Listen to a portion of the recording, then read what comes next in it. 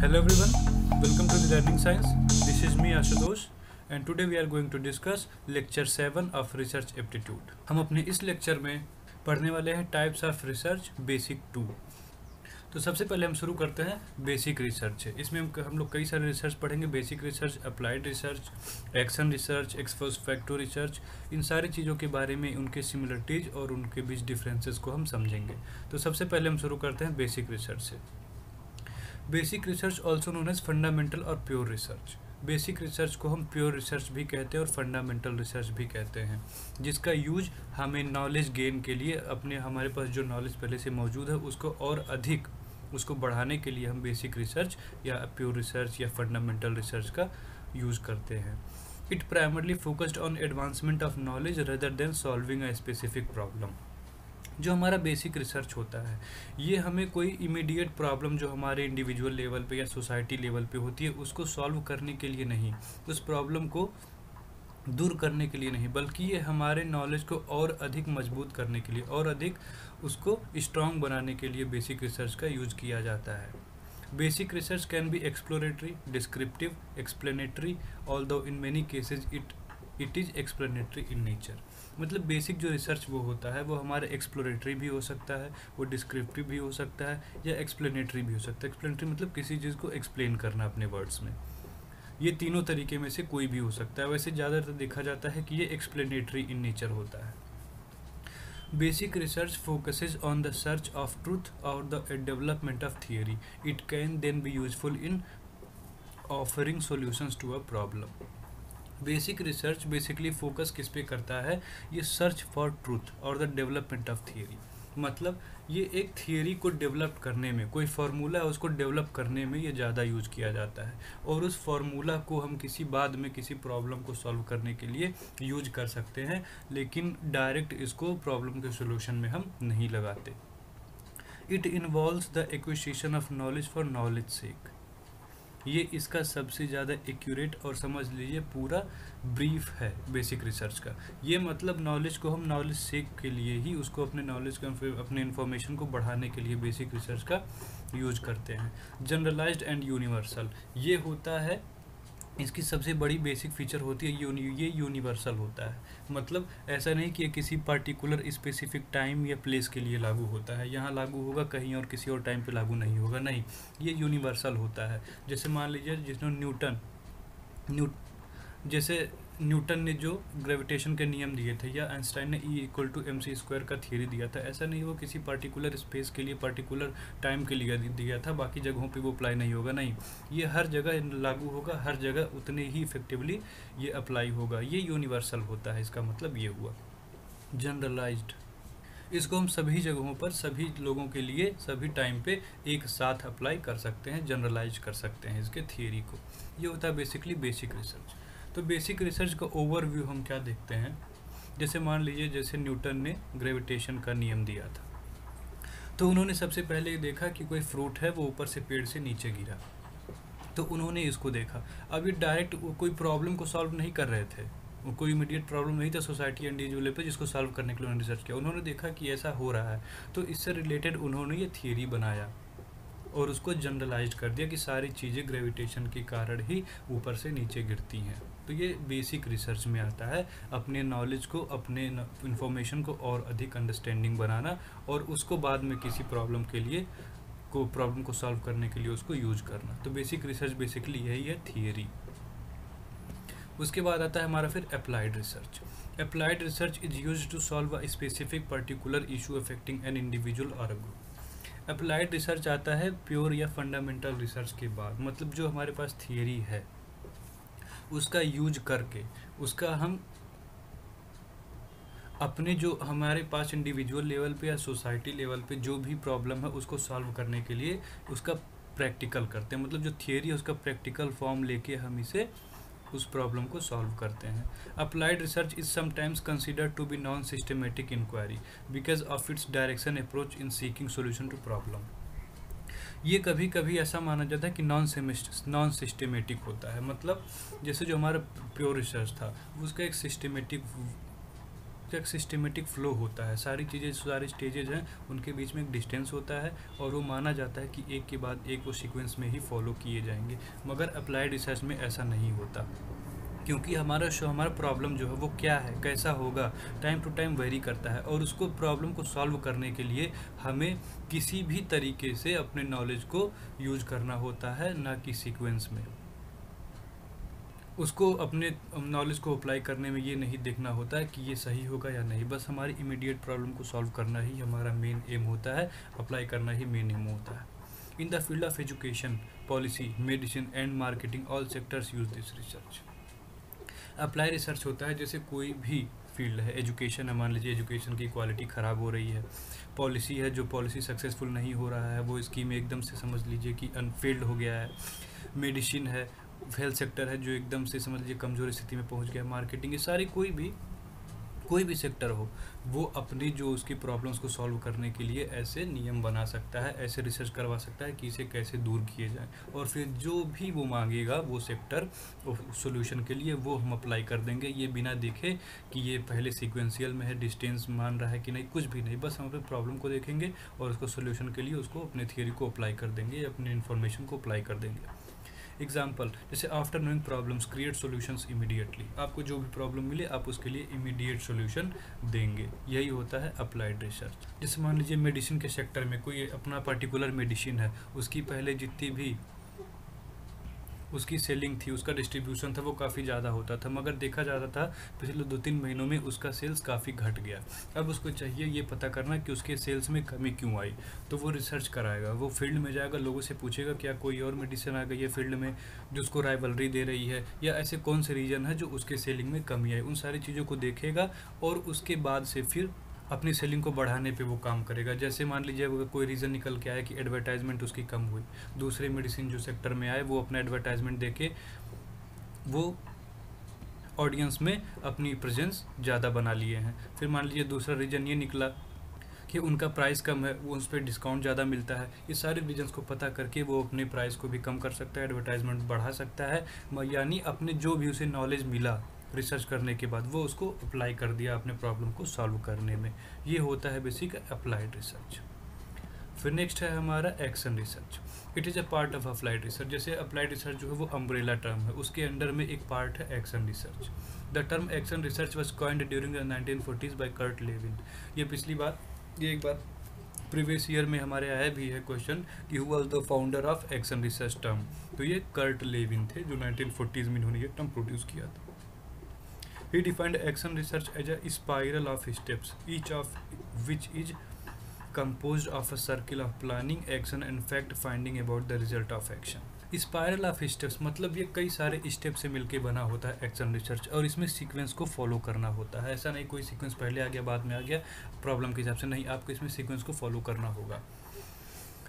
Which of these included planning, action, fact finding about results of the action. Action result also means learning by doing.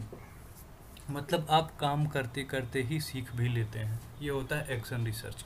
इसमें से ज़रूर नहीं आपको पहले से जो है बस उन्हीं को शामिल करके ही आपको वो प्रॉब्लम को सॉल्व करना है, नहीं, आप प्रॉब्लम सॉल्व करते टाइम भी सीख सकते हैं और उसको फिर अप्लाई कर सकते हैं। ये बेसिकली ये होता है, ये पिछले क्वेश्चन में पूछा भी गया था, ये इसका cyclic form, plan, act, observe, reflect. मतलब आप किसी चीज़ को पहले प्लान करते हैं, फिर उस हिसाब से एक्ट करते हैं, फिर उसका जो रिजल्ट निकलता है उसको ऑब्जर्व करते हैं और फिर रिफ्लेक्ट होता है वो चीज़, फिर से प्लान करते हैं, और ये साइकिल फॉर्म में ये ऐसे ही चलता रहता है। ये साइकिल बहुत इंपॉर्टेंट है, आप इसको बिल्कुल याद कर लीजिएगा, ये एग्ज़ाम में पूछा जा सकता है। फिर नेक्स्ट है हमारा analytical research. Involves in depth study and evaluation of available information in an attempt to explain complex phenomena. Analytical word बना है एनालाइज वर्ड से। इन्वॉल्व्स इन डेप्थ स्टडी मतलब उसके भीतर एक्सप्लोर करना, एकदम एनालाइज करना उसको with more focus, and evaluation of available information in an attempt to explain complex phenomena. और आपके पास जो भी इंफॉर्मेशन अवेलेबल हैं पहले से, उनको यूज करके आप जो फिनोमिना आपका एज इस टाइम पे प्रेजेंट है, जो सिचुएशन है, उसको एक्सप्लेन करना होता है analytical research. The researcher has to use facts और information already available and analyse this to make a critical evaluation of matter. मतलब इसमें आपको अपने पास से अलग से कोई नई चीज़ें आपको इसमें शामिल नहीं करनी होती, आपको बस वही चीज़ें शामिल करनी होती हैं, वो उसी इन्फॉर्मेशन को शामिल करना होता है, बेस बनाना होता है जो आपको पहले से ऑलरेडी अवेलेबल है, और इनका यूज करके आपको उसमें से क्रिटिकल एवैल्यूएशन करना होता है। एनालिटिकल रिसर्च का बेसिक मीन्स ये क्रिटिकल एवैल्यूएशन। आपको उसमें क्या कमी है ये भी ध्यान रखना है, उसमें क्या अच्छा है ये भी ध्यान रखना है, और इन सब सारी चीज़ों को ध्यान रख के आप जो एक्सप्लेनेशन करते हैं वो होता है एनालिटिकल रिसर्च, बिना किसी नई चीज़ों को शामिल किए हुए। नेक्स्ट है x post facto research. It is a category of research design in which the investigation starts after the event has occurred before the interference of researcher. ये बहुत ही इंपॉर्टेंट टाइप्स ऑफ रिसर्च है। ये question में, ये पिछली बार question में पूछा भी जा चुका है एक बार। इसका मतलब होता है एक्स पोस्ट फैक्टो, मतलब होता है पहले से इवेंट हो चुका है, पहले से जो होना था एक्सीडेंट वो हो चुका है, उसके बाद आपको ये ध्यान में आता है, आपके नॉलेज में आती है, उसके बाद आप रिसर्च करने जाते हैं, तो उस सारी चीज़ों में आपका कोई कंट्रोल नहीं रहता। Which investigate starts after the event has occurred, मतलब आप उसके बाद ही इससे रिलेटेड रिसर्च करने जाते हैं जब ये पूरा सिस्टम, पूरा इवेंट हो चुका होता है। It is often applied as experimental research. ये हमेशा एक्सपेरिमेंटल रिसर्च के ही तरह कहा जाता है। But doesn't meet standard of experiment because the independent variable not be manipulated. ये एक्सपेरिमेंटल रिसर्च तो कहा जाता है अक्सर, बट ये प्योर एक्सपेरिमेंटल नहीं होता, क्योंकि एक्सपेरिमेंटल रिसर्च का सबसे बड़ा फीचर ये होता है कि उसमें इंडिपेंडेंट वेरिएबल को मैनिपुलेट किया जाता है अकॉर्डिंग टू जैसे हमें अपना गोल, हमें जैसा ऑब्जेक्टिव आउटकम चाहिए होता है। बट एक्स पोस्ट फैक्टो में मैनिपुलेशन नहीं होता वेरिएबल का। तो एक्स पोस्ट फैक्टो की दो चीज़ें बस याद रखनी होती हैं हमें। पहला कि ये जो इंसिडेंट होता है वो हो जाने के बाद हमें इस पर काम करना होता है, और दूसरा इसमें हमें एक्सपेरिमेंटल रिसर्च की तरह इसे हमने मैनिपुलेशन वेरिएबल्स का नहीं करना होता। ये हमारा x post facto research. I hope आपको क्लियर समझ में आया होगा। नेक्स्ट है हमारा एक्सपेरिमेंटल रिसर्च। एक्सपेरिमेंटल रिसर्च का हमने अभी तक देख ही लिया कि इसमें वेरिएबल्स को, इंडिपेंडेंट वेरिएबल को मैनिपुलेट किया जाता है, और जिससे डिपेंडेंट वेरिएबल पे उसका फ़र्क पड़ता है, जो हमारे रिसर्च को उसी डायरेक्शन में ले जाता है जिसमें हमारा ऑब्जेक्टिव होता है। Experimental research where one or more independent variables are manipulated and applied to one or more dependent variables to measure their effect on the latter. The experimental research method is widely used in the physical or social sciences, psychology and education. ये mainly हमें use किया जाता है physical sciences और social sciences में। जैसे social science, psychology या education, मतलब ये हमें कंक्रीट फैक्ट देता है, फैक्ट देता है हमारे रिसर्च आउटकम में। It is quantitative research method. ये क्वालिटेटिव रिसर्च मेथड ना होकर क्वांटिटेटिव होता है, यानी इसके आउटकम को हम न्यूमेरिक वैल्यू वगैरह पे इस पर प्रेजेंट कर सकते हैं। All an independent variable is manipulated. All other variables except the independent variables are held constant. मतलब बाकी जो सारे डिपेंडेंट, जो बाकी जो वेरिएबल्स बचे इंडिपेंडेंट के अलावा, वो कांस्टेंट रखे जाते हैं, वो कंट्रोल रखे जाते हैं, उन पे हम कोई भी छेड़छाड़ अपने हिसाब से मैनिपुलेट नहीं करते, बल्कि उस पर बस इंडिपेंडेंट वेरिएबल के पड़ रहे प्रभाव के इफेक्ट को ही हम चेक करते हैं और उसे देखते हैं। Next, the effect of manipulation of the independent variable और on the dependent variable is observed. मतलब जो मैनिपुलेशन के बाद इंडिपेंडेंट वेरिएबल का इफेक्ट पड़ा हमारे डिपेंडेंट वेरिएबल पे, उसको ऑब्जर्व करते हैं। तो this is known as the experimental research. ये बेसिकली फिजिकल और सोशल साइंसेज में, साइकोलॉजी एंड एजुकेशन में ही ये यूज किया जाता है, क्योंकि ये एक समझ लीजिए लेबोरेटरी टाइप का एक रिसर्च होता है, जिसमें हमें बहुत ही फोकस करना होता है, क्योंकि इसमें मैनिपुलेशन किया जाएगा। कितना ज़्यादा मैनिपुलेशन किया जाएगा, बढ़ाया जाएगा, घटाया जाएगा, वो सब पहले से फिक्स्ड होता है, जैसे कि हमारे रिसर्च का ऑब्जेक्टिव होता है, उसी के अकॉर्डिंग में। तो ये है हमारा एक्सपेरिमेंटल रिसर्च। आई होप आपको समझ में आया होगा। नेक्स्ट है हमारा लॉन्गिट्यूडिनल रिसर्च।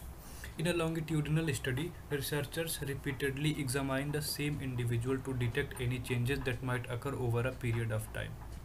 इसका सबसे पहले एक बेसिक चीज़ ये जान लीजिए, उसी में इसका पूरा डिफाइन हो जाएगा कि लॉन्गिट्यूडिनल रिसर्च एक ही सैंपल पर, एक ही इंडिविजुअल या ग्रुप ऑफ इंडिविजुअल्स पे समय के बार, एक बार, दो बार टाइम, एक इंटरवल ऑफ टाइम बार बार रिसर्च किया जाता है सेम सैंपल पे, वो होता है longitudinal research. Repeatedly examine the same individual, मतलब वही इंडिविजुअल या ग्रुप ऑफ इंडिविजुअल रहेगा। एक वजह से आज रिसर्च किया, आपसे कोई क्वेश्चन पूछा गया, फिर हम दो महीने बाद फिर वही क्वेश्चन आपसे फिर से पूछें और ये देखें कि आपके आंसर में कोई चेंज हुआ है या नहीं। तो इस तरीके की जो रिसर्च किए जाते हैं, जो रिस्पॉन्स लिए जाते हैं अपने टारगेटेड ऑडियंस से, वो होता है लॉन्गिट्यूडिनल रिसर्च।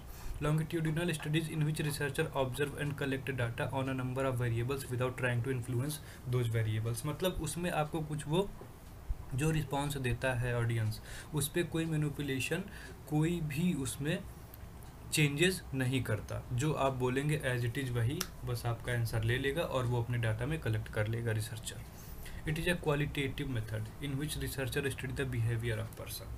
ये क्वालिटेटिव मेथड होता है और उसमें पीरियड ऑफ टाइम आपके रिस्पांस में क्या ही चेंज हुआ है ये रिसर्चर नोट कर लेता है, आपके बिहेवियर में क्या चेंज हुआ है वो नोट कर लेता है। It is a form of quasi experimental research. ये पूरा एक्सपेरिमेंटल रिसर्च नहीं होता, इसे क्वासी मतलब आधा एक्सपेरिमेंटल रिसर्च भी बोलते हैं। अगर आपके क्वेश्चन में ऐसा आता है in which of the following research also known as quasi experimental research, then it would be longitudinal research. इससे मिलता जुलता दूसरा रिसर्च है क्रॉस सेक्शनल रिसर्च। अक्सर इन्हीं दोनों के बीच हमारे कंपैरिजन या तो पूछ लिया जाता है या इन दोनों के बीच डिफरेंस या सिमिलरिटी पूछ ली जाती है। तो क्रॉस सेक्शनल रिसर्च वो होता है कि एक ही टाइम पे आपने कई सारे सैंपल से, कि इंडिविजुअल से या ग्रुप ऑफ इंडिविजुअल से एक ही टाइम पे अपने डाटा कलेक्ट किए, वो होता है क्रॉस सेक्शनल रिसर्च। एक बार फिर से मैं दोनों में कन्फ्यूजन दूर कर दूँ। जो लॉन्गिट्यूडिनल रिसर्च होता है वो सेम सैंपल से टाइम ऑफ इंटरवल पर एक या दो टाइम पर रिसर्च क्वेश्चन पूछे जाते हैं। इसके उलट क्रॉस सेक्शनल पे कई सारे सैंपल से, मतलब अलग अलग सैंपल से एक ही टाइम पे सेम क्वेश्चन पूछे जाते हैं, वो होता है cross sectional research.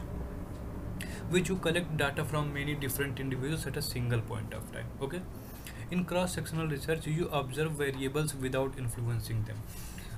Longitudinal research की तरह इसमें भी आप वेरिएबल्स को कोई भी इन्फ्लुएंस नहीं करते, मैनिपुलेट या कंट्रोल नहीं करते, बस ऑब्जर्व कर लेते हैं आउटसाइड रहते हुए और उनके मॉडिफिकेशन ऑफ बिहेवियर को ऑब्जर्व कर लेते हैं।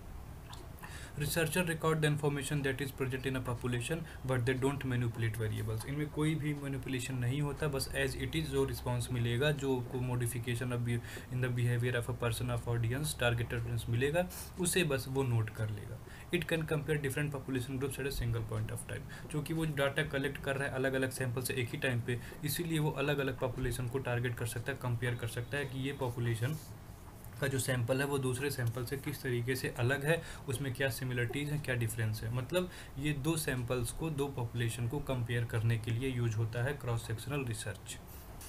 क्रॉस सेक्शनल रिसर्च अगर कंपैरिजन में देखा जाए तो लॉन्गिट्यूडिनल रिसर्च की अपेक्षा कम टाइम ड्यूरेबल होता है, मतलब इसमें कम टाइम कंज्यूमिंग होता है, इसमें कम टाइम लगता है, क्योंकि इसमें एक ही टाइम पे कई सारे पॉपुलेशन से, ग्रुप्स ऑफ पॉपुलेशन से हम रिसर्च डाटा कलेक्ट कर सकते हैं। जबकि लॉन्गिट्यूडिनल में एक ही ग्रुप, एक ही सैंपल से कई महीने बाद, कई टाइम बाद फिर से बार बार डाटा कलेक्ट करना पड़ता है, इसलिए उसमें ज़्यादा टाइम लगता है।